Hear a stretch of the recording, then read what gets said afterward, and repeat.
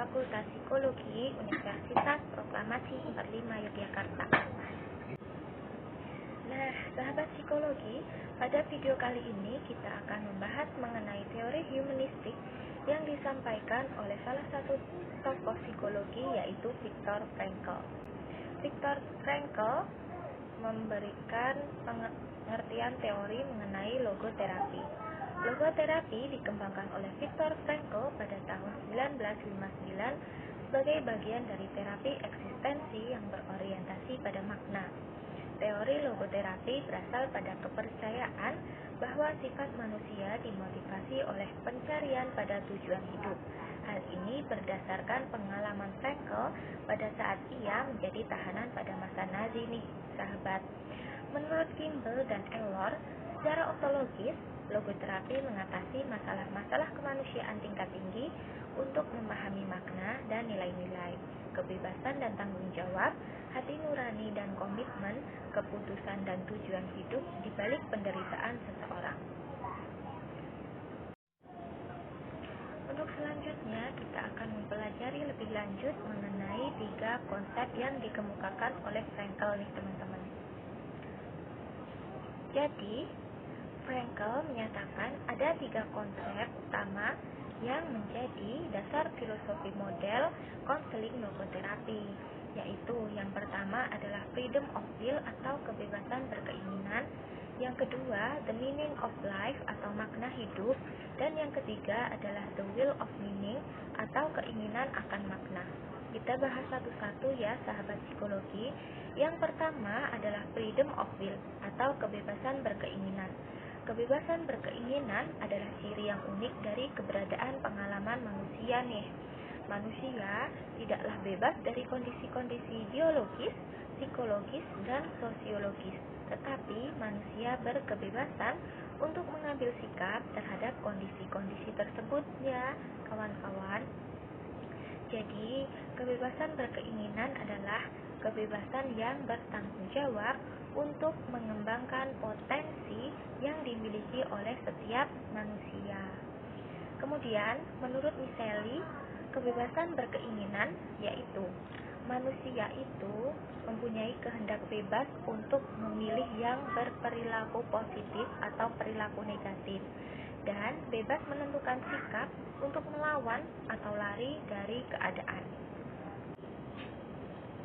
Nah, untuk konsep yang kedua adalah the meaning of life atau makna hidup. Menurut Frankl, hidup mempunyai potensi untuk memiliki makna, apapun kondisi atau masalah yang dihadapi, bahkan dalam kondisi yang paling menyedihkan sekalipun. Manusia memiliki kemampuan untuk mengubah aspek-aspek hidup yang negatif menjadi sesuatu yang lebih positif.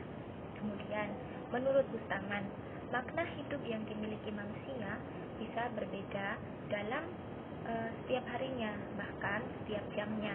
Karena itu, yang penting bukan makna hidup secara umum, melainkan makna khusus dari hidup seseorang pada suatu saat tertentu. Kemudian, makna hidup itu adalah suatu hal khusus yang dirasakan penting dan diyakini sebagai sesuatu yang benar, sehingga dapat dijadikan tujuan hidup yang harus dicapai oleh setiap manusia. Kemudian, konsep yang ketiga adalah the will of meaning atau keinginan akan makna. Keinginan akan makna mendorong manusia untuk melakukan berbagai kegiatan agar hidup yang dirasakan berarti dan berharga. Keinginan akan makna adalah dasar perjuangan manusia untuk menemukan dan memenuhi makna dan tujuan hidupnya.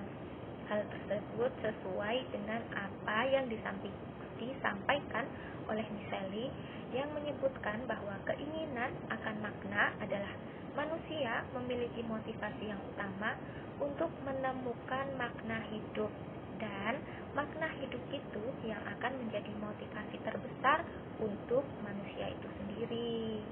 Jadi begitu, sahabat. Frankl menyampaikan dalam bukunya yang berjudul The Doctor and Soul pada tahun 1986 memperkenalkan logoterapi sebagai psikoterapi yang menembus hingga pada dimensi spiritual. Maksudnya, logoterapi harus mengisi kekosongan atau dengan memasukkan dimensi spiritual dalam psikoterapi yang dapat digunakan untuk menangani kesedihan pada penderita gangguan psikis. Logoterapi berfokus pada dimensi yang berisi keinginan akan makna, gagasan, dan cita-cita, kreativitas, imajinasi, keimanan, cinta, humor, perjuangan untuk mencapai tujuan dan mengambil komitmen, serta bertanggung jawab. Keinginan akan makna yang menjadi titik utama dalam logoterapi mengacu pada ragam nilai manusiawi. Frankl juga mengungkapkan dalam 3 ragam nilai dengan indikator spiritual yang menjadi sumber makna hidup manusia, yaitu nilai kreatif, nilai pengalaman, dan nilai sikap. Ketiga nilai itu disebut sebagai meaning triangle. Nilai kreatif atau creative values, di mana konseling menghidupkan kembali kehidupannya yang sempat mati atau gagal dengan bekerja dengan kreativitas atau bakat yang dimiliki. Kemudian yang kedua adalah nilai sikap atau experience values. Adalah sebuah pengalaman yang harus konseling terima sebagai bagian dari belajar dan proses kehidupan, sekalipun itu adalah pengalaman yang menyakitkan. Yang ketiga adalah nilai sikap atau attitudinal values yang dapat memberi makna, di mana konseling bertanggung jawab dan bersikap atas kesalahan yang dilakukan dan membuat kesalahan tersebut sebagai nilai baru yang tercermin dari sikap yang lebih positif dari sebelumnya. Nah, ketiga nilai tersebut jika disatukan maka akan membentuk keseimbangan pribadi secara menyeluruh yang akan membuat individu mencapai makna hidup yang diinginkan. Dari ketiga nilai yang sudah kita bahas, maka dapat disimpulkan bahwa logoterapi adalah suatu terapi yang berfokus pada penemuan makna hidup individu yang menjadi motivasi dan semangat dalam menjalani kehidupan. Dalam pencarian makna hidup individu perlu mempertimbangkan ketiga nilai hidup sebagai pedoman, sebagai penuntun di tengah-tengah masalah yang dihadapi. Makna hidup yang berhasil didapat oleh individu akan membuat individu merasa penting dan berharga di mata orang lain, yang pada akhirnya membuat individu mendapatkan kebahagiaan mereka. Jadi begitu sahabat psikologi.